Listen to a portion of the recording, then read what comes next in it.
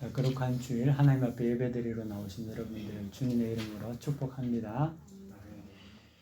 오늘은 시편 7편의 말씀을 가지고 여러분들과 함께 말씀을 나누기를 원합니다.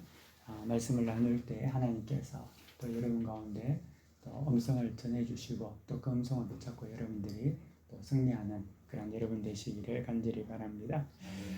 사람은 자기의 진심을 전달할 때 그 진심이 제대로 전달되지 않고 오해를 받을 때 굉장히 고통스러워합니다. 또 그게 사람에게는 상처가 되기도 하죠. 누군가에게 선한 의도로 어떤 행동을 했는데 그 선한 행동, 선한 의도를 상대가 그것을 짓밟고 또 그것을 선한 의도를 이용을 하거나 또 심지어 매도하거나 또 그것을 중상모략을 해서 곤란하게 어려운 처지에 빠지게 한다면 그것만큼 어렵고 힘든 시간이 없을 겁니다. 그럴 경우에는 그 상대를 용서하려고 해도 용서가 잘 안 되는 거죠. 여러분은 원수를 용서하기 쉽습니까? 배신자를 용서하기가 쉽습니까? 둘 다 용서하기가 다 어렵겠지만 원수도 용서하기가 힘들지만 자기가 품어줬고 자기가 섬겼던 누군가가 배신할 때 그 사람을 용서하는 것 또한 쉽지가 않은 거죠. 왜냐하면 그 선한 의도를 그 상대가 짓밟아 버렸기 때문에 그렇다는 겁니다. 오늘 읽었던 본시 시편 7편의 말씀은 이 본시는 다윗의 그런 어떤 상황 가운데 자신의 심정을 토로하고 하나님께 공의로운 심판을 호소하는 비탄시입니다. 동시에 이 시를 비탄시의 분류에도 넣기도 하지만 또 한편으로는 청원시라고 하기도 하고요. 또 저주시라고 분류에 넣기도 합니다. 저주시의 분류에 넣은 것은 다윗도 이런 상황에서 정말 용서할 수 없는 그런 마음을 품었다는 거죠. 인간은 용서하지 못하고 삽니다. 그게 인간의 실존이죠. 인간의 모습으로 오신 완전한 인간이셨던 예수님은 우리를 용서해 주셨습니다. 근데 그의 길을 따르는 우리 또한 용서의 삶을 살아가야 하지만 용서의 삶은 참으로 쉽지가 않은 거죠. 용서라는 것은 우리의 의지를 가지고 할 수 있는 것은 아니라고 생각합니다. 용서는 나를 용서하신 예수 그리스도의 십자가를 진실로 깨달아 이해할 때 그리고 그 사랑을 분명히 알게 될 때 용서를 할 수 있는 거죠. 그래서 용서는 의지의 산물이 아니라 은혜의 산물이라는 겁니다. 내가 은혜를 받을 때 나 또한 누군가에게 용서하고 은혜를 베풀 수 있는 거죠. 사실 용서하지 않으면 자신도 죽고 상대도 죽고 모두가 죽습니다. 용서하면 나도 살고 상대도 살죠. 그럼에도 불구하고 용서를 한다는 것은 참으로 쉽지 않다는 겁니다. 오늘 우리가 성경 시편 7편을 읽을 때 이 시편 7편의 잔잔한 흐르는 그런 어떤 그 다윗의 심정이 이런 어떤 용서하지 못하는 그 괴로운 심령 가운데 이 시를 썼다는 데 있습니다. 그래서 우리가 시편 7편을 읽으면서 다윗이 어떤 심령 가운데 있었던가 그리고 우리도 그런 심령, 그런 상태 속에 있을 때 우리는 어떻게 행동해야 할까 그리고 그 다윗의 마음이 우리의 마음 속에 우리와 함께 오버랩되는 그런 어떠한 은혜가 있기를 바랍니다. 이 시의 배경은 다윗이 사울에게 쫓기고 있을 때 말하고 있습니다. 다윗은 이 사울 왕에 대해서 선한 의도로 다가갔었죠. 다윗은 어린 시절 사울이 공고한 위기에 처해 있을 때, 다시 말하면 이스라엘이 공고한 어려움에 있을 때 블레셋 장수 골리앗을 믿음으로 나와서 그를 죽임으로써 이스라엘을 구원한 그런 사람이었습니다. 그래서 사울의 왕권을 보호했던 그런 어떤 사람이기도 했습니다. 그런데 다윗의 이런 어떤 선한 의도 그리고 다윗의 충성된 어떤 마음 그리고 심지어 나중에는 다윗이 이제 사위까지 되지 않습니까? 그러므로 더 사울에 대한 어떤 충성적인 어떤 삶을 살았음에도 불구하고 이제 사울은 다윗을 시기하고 질투했고 그리고 다윗을 죽이려고 했습니다. 다윗의 진심이 완전히 짓밟혀 버린 거죠. 그것뿐만 아니라 사울은 다윗을 죽이려고 할 때에 그냥 죽이는 것뿐만 아니라 다윗을 중상모략을 합니다. 다윗이 아주 악한 사람인 것 같이 중상모략을 하고 여론을 그렇게 만들어 가는 거죠. 이 사울에 있던 시기와 질투로 말미암아 모든 어떤 음해와 거짓말들이 난무하게 되는 겁니다. 오늘 여러분들 읽었던 성경 이제 보면은요, 제가 이제 여기 프린트를 했던 주보에는 적혀 있지는 않지만 여러분 가지고 있는 성경에 보면은 어떻게 적혀 있냐면 7편에 이제 시작할 때 부제로 이렇게 적혀 있는 글이 있습니다. 그게 뭐냐면 7편을 다윗의 시가연이라고 적고 베냐민인 구시의 말에 따라 여호와께 드린 노래라고 이렇게 이제 부제를 적어두고 있습니다. 10편 7편은. 근데 이 베냐민 구시라는 사람은 이 이름으로 봐서 이방인일 거라고 우리가 추측을 하고 있고요. 그리고 사울이 원래 베냐민 지파 아닙니까? 그러니까 이방인임에도 불구하고 베냐민 지파로 흘러들어온 그런 어떤 사람이 있을 거라고 우리가 생각을 해볼 수 있습니다.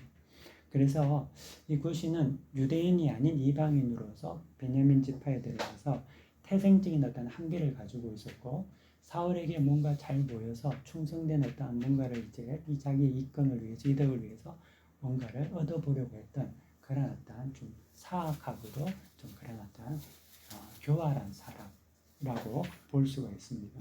우리가 성경에 보면은 에돔 사람 도액이라는 사람을 우리가 다윗의 어떤 인생의 삶을 볼 때 나타나잖아요. 이제 다윗이 사울에게 쫓겨서 이제 막 도망갈 때 이제 놉 땅에 있는 제사장에게 가서 이제 진설병을 가지고 오죠.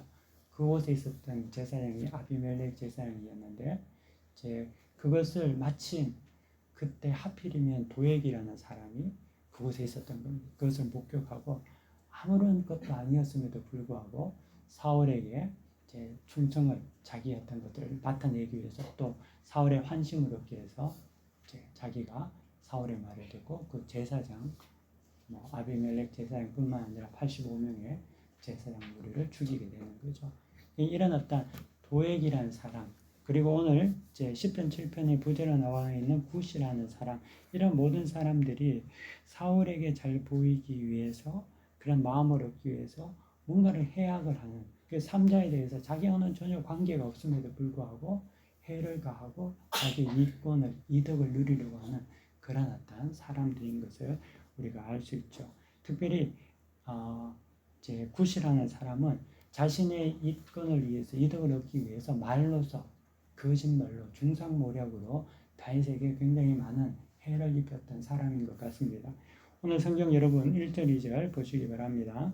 제가 한번 읽어보도록 하겠습니다. 여호와 내 하나님이여 내가 주께 피하오니 나를 쫓아오는 모든 자들에게서 나를 구원하여 내소서. 건져낼 자가 없으며 그들이 사자같이 나를 찢고 뜯을까 하나이다. 아멘. 지금 이 상황은 지금 다윗이 중상모략과 모함을 받아서 도망가는 그런 어떤 상황에서 자기가 쫓기는 그런 상황에서 하나님 앞에서 구원을 요청하는 그런 어떤 상태의 시입니다. 다윗은 지금 현대로 따지면 막강한 경찰 또는 검찰의 권력에 지금 숨어 있는 그런 어떤 나약한 시민과 같은 거죠. 이제 사울과 그의 추종자 또 구시가 만들어오는 거짓 증거들 여론의 조작에 의해서 다윗이 설 자리가 없었다는 거죠. 사울은 이스라엘의 초대 왕이었고 또 그는 백성을 지배하고 통치하는 그런 사람이었습니다. 권력의 실체였다는 거죠. 그래서 그가 한 사람을 죽이기 위해서 그냥 다윗이 그런 어떤 살해였던 그를 찾아서 죽이는 것도 있지만 이미 다윗에 대한 안 좋은 어떤 거짓말과 중상모략과 음해를 이미 이스라엘 온 전역에 퍼뜨려 놓은 상황이었습니다. 그 일을 했던 사람이 굿이었던 것 같습니다. 그래서 다윗은 이런 풍년동화 같은 상황에서 기도하고 있는 거죠. 얼마나 다윗이 답답하고 그런 어떤 공포스러운 상황이 있을까. 다윗이 막 쫓기면서 이제 나발이라는 그 사람에게 이제 나발이 양털 깎는 그런 어떤 그 잔치 자리에 자기의 어떤 소년들을 보내서 음식물을 달라고 했을 때 나발이 하는 말이 요즘에 주인에게서 도망치는 종들이 많다 이런 이야기를 하면서 다윗을 이제 모해를 하죠. 그런 어떤 말들이 이 다윗이 그 당시에 처해 있던 상황이었다는 거죠. 다윗이 구국 열사같이 뭔가 도망간 게 아니라 전체 이스라엘 땅에서는 반역자, 비열한 인간 이런 어떤 포장 잘못된 어떤 그런 걸로 포장되어 있던 그런 어떤 상황이었다는 거죠. 자, 3절, 4절, 5절 우리 함께 보도록 하겠습니다. 우리 한번 같이 읽어볼까요? 3, 4, 5절 시작. 여호와 내 하나님이여 내가 이런 일을 행하였거나 내 손에 죄악이 있거나 화친한 자를 악으로 갚았거나 내 대적에게서 까닭없이 빼앗았거든 원수가 나의 영혼을 쫓아잡아 내 생명을 땅에 짓밟게 하고 내 영혼을 원수 속에 사용하소서. 아멘. 예.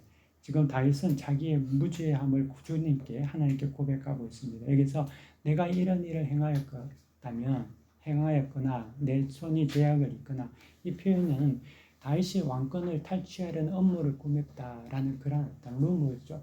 근데 전혀 다윗은 그런 어떤 마음을 품은 적이 없는 겁니다.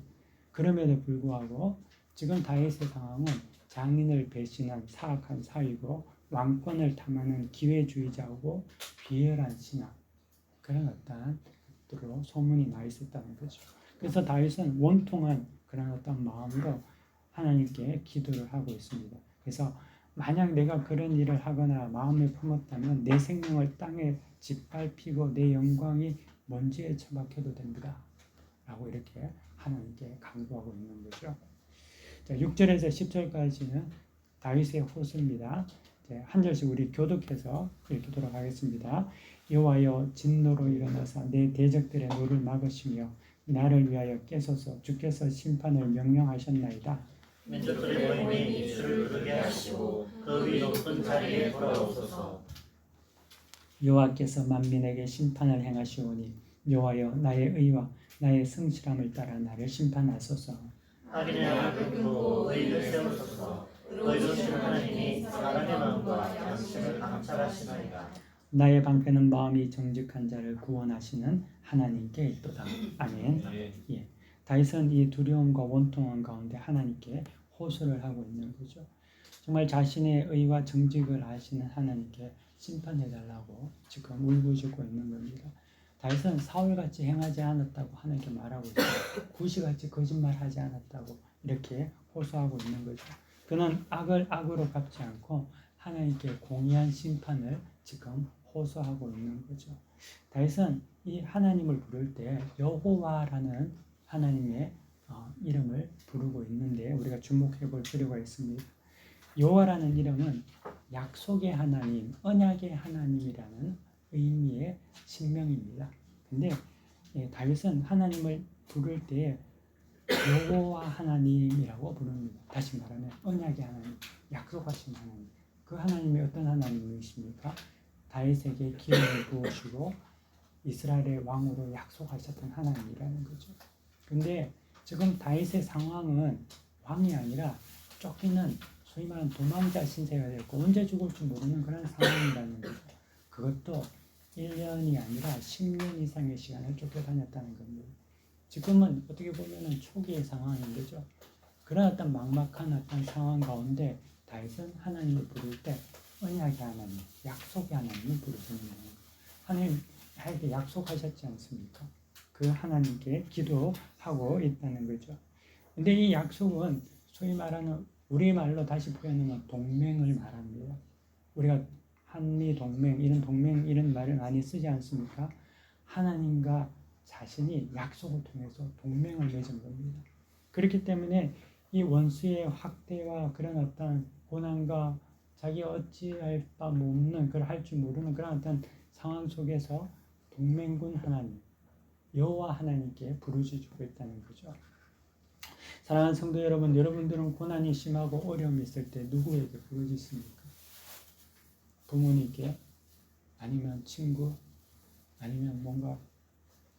여러분들은 진정 여러분들이 생각하는 동맹이 누굽니까? 다윗은 여호와 하나님, 약속의 하나님을 자기의 동맹군 하나님으로 믿고 부르짖었다는 게 있는 거죠. 여러분들이 그런 어떠한 하나님께 부르시는 하나님을 의지하는 여러분들 되시기를 바랍니다. 특별히 하나님은 그를 사랑하는 자, 하나님께서 선택하신 자에게 모두 약속해 주십니다. 여러분들은 이곳에 있는 모든 분들이 하나님과 약속 있는 자들입니다. 그 약속을 여러분들이 받았을 줄 믿습니다. 그 약속을 붙잡고 믿음으로 승리하는 겁니다. 야곱과 같이, 여기 있는 다윗과 같이 그렇게 살아간다는 거죠. 그래서 다윗은 여호와 하나님을 부르짖고 있다는 겁니다. 10절은 이 시의 전환점입니다. 10절을 우리 함께 다 같이 읽읍시다. 시작. 나의 방패는 마음이 정직한 자를 구원하시는 하나님께 있도다. 다윗이 하나님께 내세울 수 있는 것은 악에서 떠난 그의 정직한 마음, 정직뿐이었다는 거죠. 진실함이었습니다. 그것이 하나님의 보호하심과 도우심을 이끌어내는 유일한 자산이었다는 겁니다. 우리가 정직해야 하는 이유, 진실해야 하는 이유가 여기 있다는 거죠. 우리의 정직과 진실은 여호와 하나님의 방패가 우리에게 임해하는 것과 동일한 역사가 일어난다는 겁니다. 하나님께서 우리의 보호막이 되신다는 거죠. 우리가 거짓말과 우리가 누군가를 음해하고 이렇게 살아간다면 하나님의 방패, 하나님께서 우리에게 산성되어 주실 수가 없는 거죠. 왜냐하면 하나님은 죄와 함께 거하지 않기 때문에 그렇습니다. 하지만 우리가 하나님 앞에 정직과 진실로 나아갈 때 하나님께서는 그것을 지키신다고 약속하시는 거죠. 다윗이 이 기도를 하다가 10절쯤에 와서 정직을 통하여서 하나님 앞에 자기 자신을 기도하며 하나님의 놀라운 위로를 얻습니다. 다윗의 비탄시의 대부분 패턴이 뭐냐면 눈물과 간구로 시작하지만 결국은 찬양으로 끝나는데 그 비탄시의 처음에 눈물과 간구가 찬양으로 바뀌는 그 중간 시점은 하나님의 음성을 듣는 시점이 있다는 거죠. 우리가 기도할 때 하나님의 음성을 듣지 않습니까? 그러면 여러분들의 심령이 바뀌고 새로운 힘을 얻게 되고 기도 전과 기도 후에 삶이 바뀌는 것 같이 동일하게 이 시편 7편에도 그런 어떤 전환점이 있는데 이 시편 7편은 10절이었다는 겁니다. 그래서 다윗은 하나님께서 자기를 구원하신다는 확신을 가지게 됩니다. 그래서 11절부터 17절까지는 여러분들에게는 제가 이게 여기는 이제 담지는 않았는데 여러분 성경 가지고 계시면 성경에 보시면은요 제가 한번 성경의 내용을 제가 간단하게 요약해서 말씀드리면요 마치 다윗이 환상을 보고 있는 것 같이 이야기합니다. 어떻게 이야기하냐면 거짓말을 하는 자에게 분노하신 하나님을 보고 있다는 거죠. 그리고 거짓말을 회개치 않으면 칼을 가시는 하나님, 그리고 그들을 활을 당겨서 그들을 심판하시는 하나님을 마치 환상을 보듯이 그것을 다윗이 보고 있다는 겁니다. 거짓말은 스스로 파는 웅덩이요 함정이며 그들의 죄는 자기의 머리로 돌아갈 것을 기도 가운데 그것을 깨달아 알게 되고 확신하게 되는 거죠. 그리고 악인에게 희망이 없음을 알게 됩니다. 그러한 모습을 영적인 눈을 뜨고 기도 가운데서 만나고 보게 되니까 더 이상 다윗이 도망치는 쥐가 아니라 사자와 같이 담대함을 가지게 되는 겁니다. 그래서 마지막 17절에 다윗은 내가 여호와께 그의 의를 따라 감사하며 지존하신 여호와의 이름을 찬양하리로다 라고 하면서 시편 7편이 비탄시로 시작하지만 결국은 찬양시로 끝나고 만나는 거죠. 왜 그렇습니까? 기도 가운데 다윗은 하나님을 만나게 되고 그 하나님 속에서 다시금 회복이 이루어졌다는 거죠. 오늘 저는 이 성경 본문을 가지고 우리가 몇 가지 한 가지 생각을 해보기를 원합니다. 첫 번째는 우리가 정직해야 하겠다. 사랑하는 성도 여러분, 우리가 정직합시다. 지금은 위증, 사기, 거짓말로 세상이 너무나 많은 고통을 당합니다. 자신의 이득을 위해서 양심의 가책 없이 거짓을 지어냅니다. 마치 구시와 같이 자기의 이권을 위해서 누군가 자기가 전혀 알지 못한 사람에게조차도 위해를 가하는 거짓말을 만들어낸다는 거죠. 왜 사람은 거짓말을 할까요? 첫 번째는 두려움이고 두 번째는 자기의 이익 때문에 그렇습니다. 두려움이 임할 때, 공포가 임할 때 사람은 임기응변적으로 본능적으로 거짓말을 하게 되어 있습니다. 그렇기 때문에 거짓말을 하죠. 또한 사람은 자기의 이득을 위해서 거짓말을 합니다. 이것은 의도적인 거짓말이죠. 임기응변적인 거짓말은 그나마 좀 작은 거짓말, 약한 거짓말이라고 볼 수 있지만 의도적인 거짓말은 그것은 이미 그 마음속에 악의적인 태도를 가지고 있다는 거죠. 하나님은 거짓된 입술을 미워하고 진실한 입술을 기뻐하신다고 성경에서 말하고 있습니다. 다윗은 정직함으로 구원과 하나님께서 주시는 보호하심을 누렸습니다. 우리 모두가 정직한 삶을 살기를 원합니다. 두 번째로는 거짓을 이해해야 합니다. 첫 번째는 거짓을 어떻게 이길 수 있을까요? 거짓을 고지 들으면 안 된다는 겁니다. 남유다가 멸망할 때쯤 되면은 거짓을 말하는 선지자들보다 거짓을 고지 듣는 백성들이 대부분이었습니다. 결심하지 않으면은 어느덧 우리는 거짓을 듣게 된다는 거죠. 그래서 늘 하나님 말씀 속에 분별하기 위해서 깨어 있어야 한다는 겁니다. 또 두 번째는 거짓을 퍼나르지 말아야 한다는 겁니다. 거짓말은 사단이 만들어내지만 그것을 전달하는, 그것을 옮기는 것은 사람이라는 거죠. 서로를 돌아보면서 참된 말을 하기에 힘써야 하고, 될 수 있으면은 돌아다니며 한담하거나 남의 일을 말하거나 남의 사람에 대해서 평가하거나 이런 것들을 하지 않아야 한다는 거죠. 예수 믿는 자들을 만나면 하나님을 찬양하고 예수님에 대해서 이야기하고 서로를 위해 격려하고 위로하는 것이 충분합니다. 세 번째로는 거룩한 환경에 유의해야 합니다. 거짓이 자라는 환경이 어딘지를 잘 파악해야 한다는 거죠. 도박판에 가서 정직한 것, 그거는 어리석은 거죠. 도박판에는 정직한 것이 없습니다. 그것은 이권과 탐심이 있는 자리죠. 그렇기 때문에 늘 거룩한 곳, 정직이 있는 곳, 그런 곳을 늘 그곳을 사모해야 한다는 겁니다. 그때 거짓을 이겨낼 수 있습니다. 그리고 마지막으로는 낙심하지 말아야 한다는 겁니다. 거짓을 하지 않고 또 거짓에 당하지 않고 살면 얼마나 좋겠습니까만은 우리가 살다 보면은 거짓에 노출되고 그로 인해서 많은 고통을 당하게 될 때가 많습니다. 잘못된 오해와 내가 의도치 않은 것들로 인해서 선한 의도를 했음에도 불구하고 오해를 받게 되고 중상모략을 당하고 미움을 받게 되고 그럴 경우가 많다는 거죠. 하지만 사랑하는 성도 여러분, 낙심하지 마시기를 바랍니다. 바울은 선교 사역 동안 항상 거짓말에 의해서 고난과 고통을 받았던 사람입니다. 시기와 미움과 위증과 거짓에 시달렸던 사람이었다는 거죠. 하지만 바울은 낙심하지 않았다는 겁니다. 성도는 거짓에, 위증에, 잘못된 것에 낙심하지 않습니다. 왜? 하나님께서 그것을 분명히 밝혀내시고 승리케 하신다는 믿음을 가져야 한다는 거죠. 그를 위해서 기도해야 합니다.